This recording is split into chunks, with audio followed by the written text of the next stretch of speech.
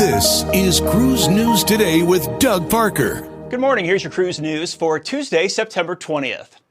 Carnival's latest new ship acquisition, Carnival Luminosa, officially has its throwback smokestack and a new name emblazoned across both the bow and the stern.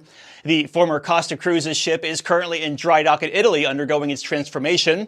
Work is also underway on the interior to incorporate the Alchemy Bar, Bonsai Sushi Express, and the adults-only Serenity Sun Deck. The vessel will begin sailing as a Carnival Cruise Line ship this November from Brisbane, Australia.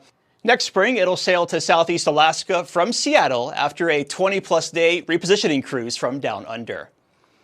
And we turn now to the Mediterranean, where it was a close call for Viking Sea over the weekend. The 47,000 gross registered ton ship broke away from its moorings in Ravenna, Italy on Saturday due to high winds over 60 knots. This video courtesy of the Italian Coast Guard.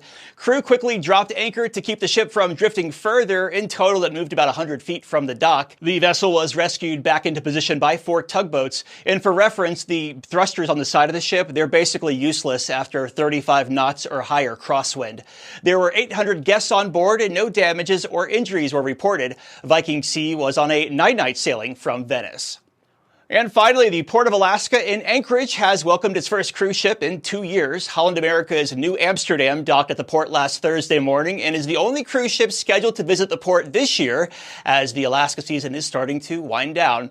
Most cruise itineraries that include Anchorage dock at either Seward or Whittier instead of in downtown Anchorage.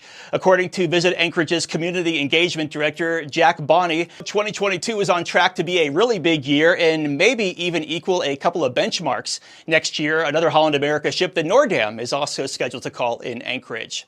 And cruise line stocks were all up less than 1% on Monday. Carnival Corporation, 10.78, Royal Caribbean, 50.74, and Norwegian, 15.35.